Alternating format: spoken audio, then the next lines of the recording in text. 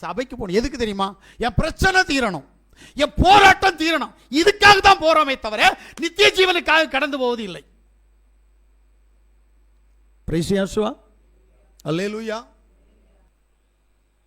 ஏன்? நாம் அவருடைய சமூகத்தில் அவருடைய பிள்ளையாய், அவருடைய சத்தத்தை கேட்டு அவருக்கு கீழ்ப்படுகிற பிள்ளைகளாய் இல்லை. அப்ப தேவன் நமக்கு நிச்சயமாய் அவருக்கு பிரியமான அதிகாரத்தையும் காரியத்தையும் செய்ய மாட்டார். அதனாலதான் இன்னைக்கு நம்முடைய வாழ்க்கையில சமாதானம் இல்லை, நம்முடைய வாழ்க்கையில சந்தோஷம் இல்லை. ரோமருடைய புஸ்தகம் 6வது அதிகாரம் 16வது வசனத்தை வாசித்தீங்கன்னா, மரணத்துக்கு ஏதுவான பாவத்துக்கானாலும் நீதிக்கு ஏதுவான கீழ்ப்படிதலுக்கானாலும் எதற்கு கீழ்ப்படியும்படி உங்களை அடிமைகளாக ஒப்பு கொடுக்கிறீர்களோ அதற்கே கீழ்ப்படி அடிமைகளா இருக்கிறீர்கள் என்று அறியீர்களா? இப்ப யாருக்கு நாம் கீழ்ப்படிந்திருக்கிறோமோ, யாரிடத்தில் நாம் அன்பு காட்டுகிறோமோ அவர்களுக்கு கீழ்ப்படிந்திருப்போம். கீழ்ப்படிதல் என்பது அடிமையாயிருக்கும், அடிமைத்தனமாயிருக்கும். நாம் யாசுவா மேசியாவை நேசிக்க ஆரம்பித்தால் அவருக்கு கீழ்ப்படிவோம், அவருக்கு அடிமையா இருப்போம் என்று புரிந்து கொள்ளுங்கள். மரியாள் யாசுவாவுடைய வார்த்தையை கேட்டு அவரை நேசிக்க ஆரம்பித்தாள். ஆனபடியினால் மார்த்தாள் வந்து கத்தின பின்பும் அவள் அங்கு கடந்து போகவில்லை, அவருடைய பாதத்தில் உட்கார்ந்திருந்தாள். நம்ம என்ன பண்ணுவோம்? ஜெபம் பண்ணி இருக்கிற நேரத்தில் யாராவது வேண்டப்பட்டவங்க வந்தா ஜெபம் நின்றுடும். அப்புறம் உனக்கு எப்படி தேவன் கிரியை செய்வார்? அட்லீஸ்ட் போன் அடிச்சா போன் எடுக்கிறாங்க. ஜெபத்தில் ஜெபம் நல்லா பண்ணிட்டு இருப்பாங்க. ஆண்டவரே உமக்கு ஸ்தோத்திரம், வல்லவரே உமக்கு ஸ்தோத்திரம். அப்புறம் வல்லமையான ஒரு போன் வந்தா போதும், இந்த வல்லவர் போயிடுவாரு, அடுத்த வல்லவர் உள்ள வந்துடுவாரு. எப்படி? நான் தெரியாம கேட்கிறேன். தேவனை விடவும் அவன் அல்லது அவள், அது அல்லது அது இது உனக்கு முக்கியமா? ஜபத்துக்கு கூட ஒரு மனம் இல்லை. ஆராதனை ஸ்தலத்தில் இருந்துட்டு போன் எடுப்போம். எப்படி இருக்கு கொஞ்சம் யோசிங்க. ஒருவேளை நீ சுவிட்ச் ஆஃப் பண்ணலன்னு வைங்களேன், பிரச்சனை இல்லை. அடிச்சா கட் பண்ணு, உடனே எடுத்துட்டு வெளியே போவோம், உடனே எடுத்து போன் பண்ணுவோம். அது எது எவ்வளவு பெரிய பிசாசு. அப்ப நீ தேவனுடைய சமூகத்தை நீ அசட்ட பண்ற, தேவன் உனக்கு எப்படி பெரிய காரியங்களை செய்வார்? சபையில மட்டும் இல்ல, வீட்டில் இருந்தால் அதோட பெருசா செய்வோம். சபையில் இருந்தால் அது கொஞ்சம் அங்கிட்டு இங்கிட்டு பார்த்து 4 பேர் பார்க்குறாங்களே. வீட்டில் இருந்தா ஆண்டி சொல்லுங்க, சித்தப்பா சொல்லுங்க, சிறுமோன் சொல்லுங்க, மாப்பிள்ளை சொல்லுங்க, பொண்டாட்டி சொல்லுங்க. இதுதான் இன்னைக்கு. ஏன்? அப்ப இந்த இடத்துல உன்னுடைய தேவன் உன்னுடைய உறவு முறையாக இருக்கே தவிர சர்வ வல்லமையுள்ள யாசுவா இல்ல. நீ தேவனுக்கு கீழ்ப்படியல. ஆனபடியினால் உன்னுடைய அடிமைத்தனத்திலிருந்து விடுவிக்கிற தேவனுடைய வல்லமை பாவத்திலிருந்து உன்னை விடுவிக்கவே விடுவிக்காது, போராட்டத்திலிருந்து விடுவிக்கவே விடுவிக்காது. நன்றாக புரிந்து கொள். நீ யாசுவாவுக்கு அடிமையாயிரு. எஜமான் யாசுவா ஆனால் நீ வேற யாரையும் நேசிக்க முடியாது. யாரை நேசிக்க முடியும்? அப்ப கீழ்ப்படிதல் என்றால் என்னன்னு தெரியணும். கீழ்ப்படிதல்னால எனக்கு என்ன கிடைக்கும் அப்படின்றது தெரியணும். அல்லேலூயா. கீழ்ப்படிதல் மூலமாக ஆசீர்வாதம் இருக்குது. உபாகமத்தினுடைய புஸ்தகம் 28வது அதிகாரத்தை முழுசா வாசித்தீங்கன்னா உங்களுக்கு தெரியும். அதுல அவ்வளவு ஆசீர்வாதங்களை கொடுத்திருக்கிறார். ஆனா இன்னைக்கு நமக்கு ஆசீர்வாதம் இல்ல, விடுதலை இல்ல, ரட்சிப்பு இல்ல. ஏன்? காரணம் கீழ்ப்படிதல் இல்லை. உண்மையாக உங்களுக்கு சொல்கிறேன்,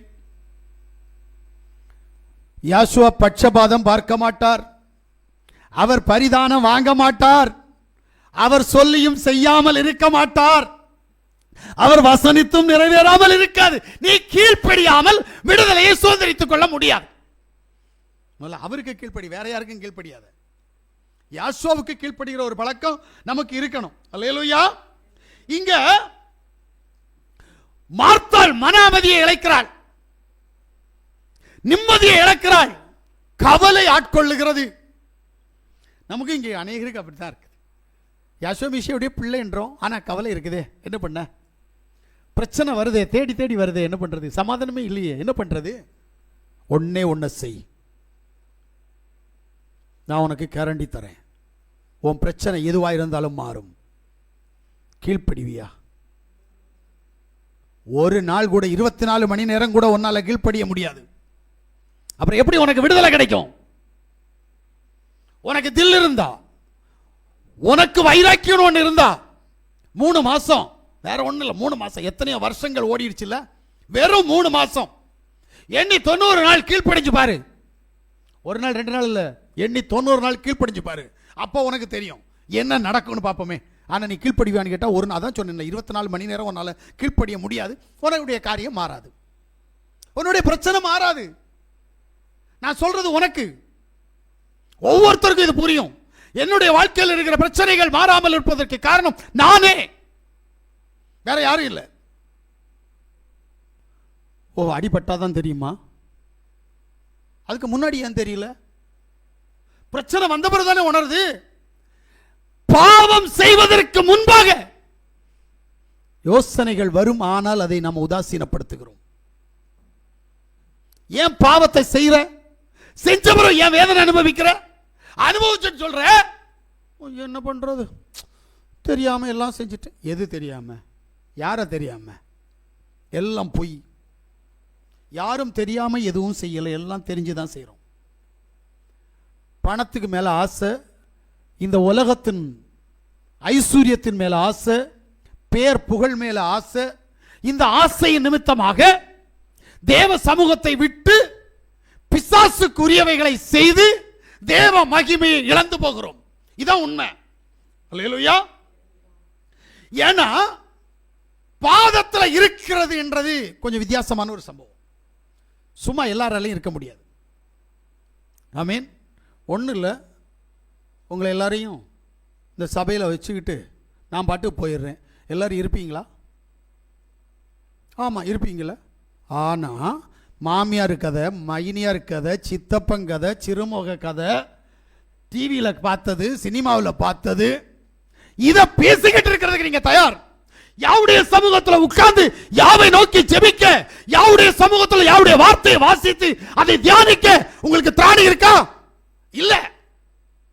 5 நிமிஷம் கிடைச்சா 5 நிமிஷத்துல குண்டனி பேச தயார், கோல் பேச தயார், அடுத்தவங்க கதை பேச தயாரே தவிர யாஷோவுக்கு நமக்கு என்ன உறவு, நமக்குள்ள என்ன நடக்கிறது என்று பேசுவதற்கு யாரும் இல்லை. அல்லேலூயா, அல்லேலூயா.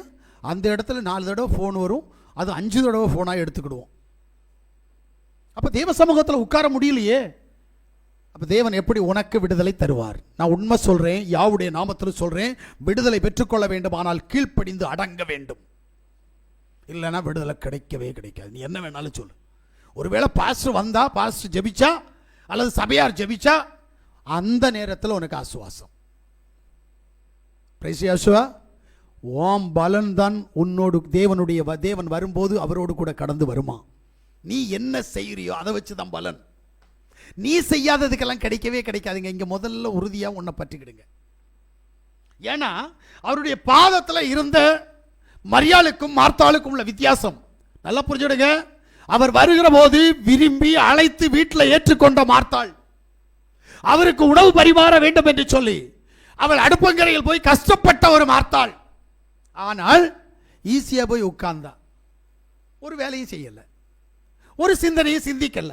அவருடைய சமூகத்தில் போய் அவருடைய வார்த்தையை கேட்டா, உட்கார்ந்திருந்த உட்கார்தலுக்கு யாஷோவா சொல்ற வார்த்தை, சங்கீதத்தினுடைய புஸ்தகம் 91வது அதிகாரம் அவருடைய 1-2 ஆகிய வசனங்களை வாசிங்களேன். உன்னதமானவரின் மறைவில் இருக்கிறவன் ஆமென் சர்வ வல்லவருடைய நிழலில் தங்குவான். நான் யாவை நோக்கி, நீர் என் அடைக்கலம், என் கோட்டை, என் தேவன், நான் நம்பி இருக்கிறவர் என்று சொல்லுவேன். ஆமென். பாத்தீங்களா? அவருடைய பாதத்தில் உட்கார்ந்திருந்தா அவர் யார் என்று அறிகிற அறிவு ஒவ்வொருவருக்கும் கடந்து வரும். இதான் விசேஷம். ஆமென். அவருடைய பாதத்தில் போய் உட்கார்ந்துரு, அப்ப தெரியும் அவர் யாருன்னு. அவருடைய பிரசன்னம், அவருடைய பாதுகாப்பு, அவருடைய ஆசீர்வாதம் முழுவதும் உனக்கு வரும். ஆனா இன்னைக்கு இல்ல. காரணம், அவருடைய பாதத்தில் உட்கார முடியல. ராத்திரி ஜெபம் பண்ணுனா ராத்திரி உறக்கம் வருது, விடிய காலையில் ஜெபம் பண்ணுனா விடிய காலையில் வேலையும் வருது, உறக்கம் வருது. என்ன பண்றது? அவர் எப்படி? நமக்கு அதை குறித்து கவலையே இல்லை, தெரியுமா உங்களுக்கு? பிரைஸ். எந்த விஷயத்திலையும் நமக்கு அக்கறை இல்லாம நமக்கு வேண்டப்பட்ட காரியங்கள், உலக பிரகாரமான காரியங்களில் எவ்வளவு கரிசனையா இருக்கிறோம். ஆனா யாவுடைய காரியத்தில் அந்த கரிசனை இருக்கா? இல்லையே. ஏன்? அப்ப உனக்கு எப்படி அவர் இந்த வசனத்தில் சொல்லப்பட்ட, அதாவது சங்கீதம் 91:1-2 சொல்லப்பட்ட அவருடைய பிரசன்னத்தையும் அவருடைய பாதுகாப்பையும் அவருடைய ஆசீர்வாதத்தையும் உனக்கு தருவார்.